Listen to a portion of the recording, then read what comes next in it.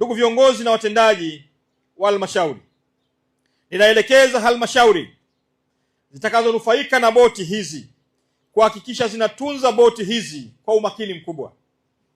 Mali ya umma ni amana ya wananchi.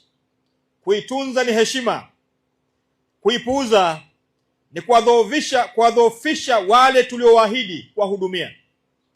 Halmashauri ziweke utaratibu thabiti wa matengenezo, ratiba ya matumizi, usimamizi wa mafuta, kumbukumbu za safari na ufuatiliaji wa matokeo ya muhimu ya huduma katika maeneo yenu.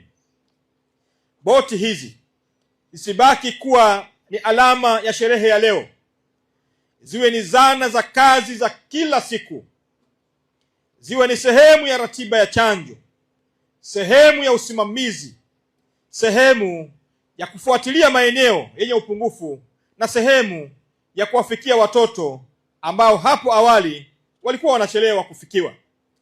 Hapo ndipo tutakaposema tumegeuza uwekezaji huu kuwa ni matokeo halisi. Ndugu wananchi, ndugu watumishi wa sekta ya afya, nyinyi ndio moyo wa utekelezaji wa dhamira hii.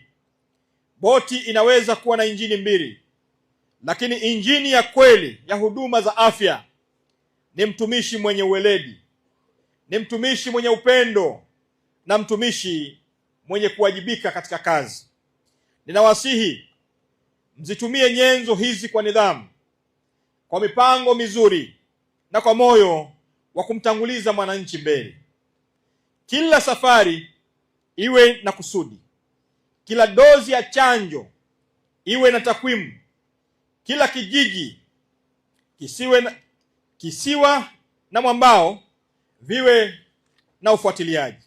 Kwa wananchi wetu, naomba muendelee kushirikiana na serikali, viongozi wa jamii, viongozi wa dini, viongozi wa vyama vya siasa na watumishi wa afya katika kuhamasisha matumizi ya huduma za chanjo.